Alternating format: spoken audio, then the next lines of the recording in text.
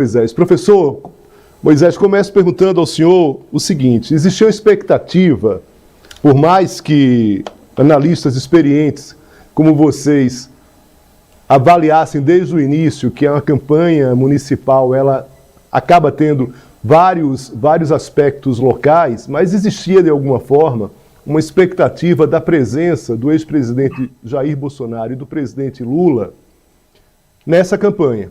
Acabou que em determinados momentos se confirma ali, em outros momentos, ou pelo menos em grande parte dos momentos ali dessa campanha, tanto no primeiro quanto no segundo turno, a presença desses dois nomes acabou ficando um pouco em segundo plano, vamos dizer assim. Queria uma avaliação do senhor, professor, em relação a esses dois personagens, Bolsonaro e Lula, nessas eleições municipais. Muito obrigado mais uma vez pela presença.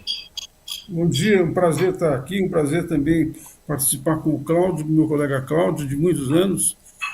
O que eu queria dizer é o seguinte, é que eu acho que aquele panorama de polarização, como vinha ocorrendo, principalmente nas eleições presidenciais de 2018, 2022, não se repetiu nessas eleições. Agora, eu acho que é interessante observar, nós estamos passando, a meu juízo, por um grande processo de transição na política brasileira. É uma transição que já começou, ela não é imediata de agora, que é uma transição no sentido de que a democratização brasileira, depois de meados dos anos 80, não é, ela criou um grande, digamos assim, predomínio das forças social-democráticas sobre a política brasileira. Né? PSDB, o MDB também, de alguma maneira, que teve um papel muito importante na luta contra a ditadura, tinha ali alguns expoentes que tinham também essa aproximação, digamos, uma preocupação muito grande de que a democracia funcionasse e fosse capaz de enfrentar as questões sociais.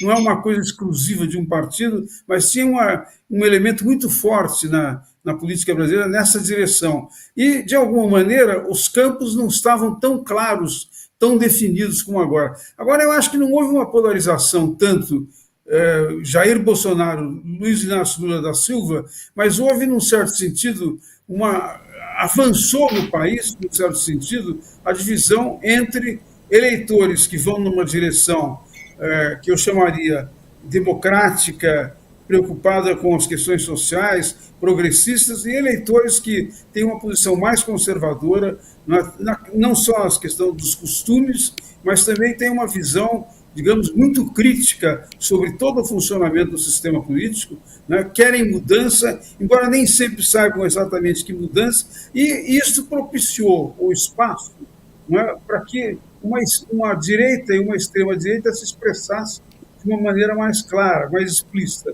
Veja que na política brasileira, durante muitas décadas, é quase como se a direita tivesse vergonha de se apresentar com tanta clareza, com as teses tão claras.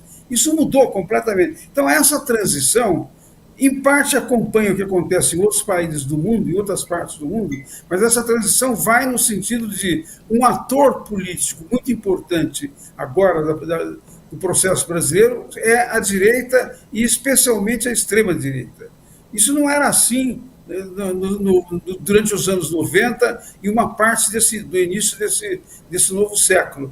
Eu acho que essa mudança está não apenas na cabeça de alguns líderes políticos, mas ela também perpassou a experiência e o modo de se posicionar de uma boa parte dos eleitores brasileiros. Quer dizer, eu diria que, num certo sentido, isso é positivo. Ficou mais claro quais são as forças que estão em jogo. E isso, nessa campanha eleitoral dos municípios deste ano, apareceu principalmente nas capitais e nas grandes cidades de mais de 200, mais de 500 mil habitantes. Não é?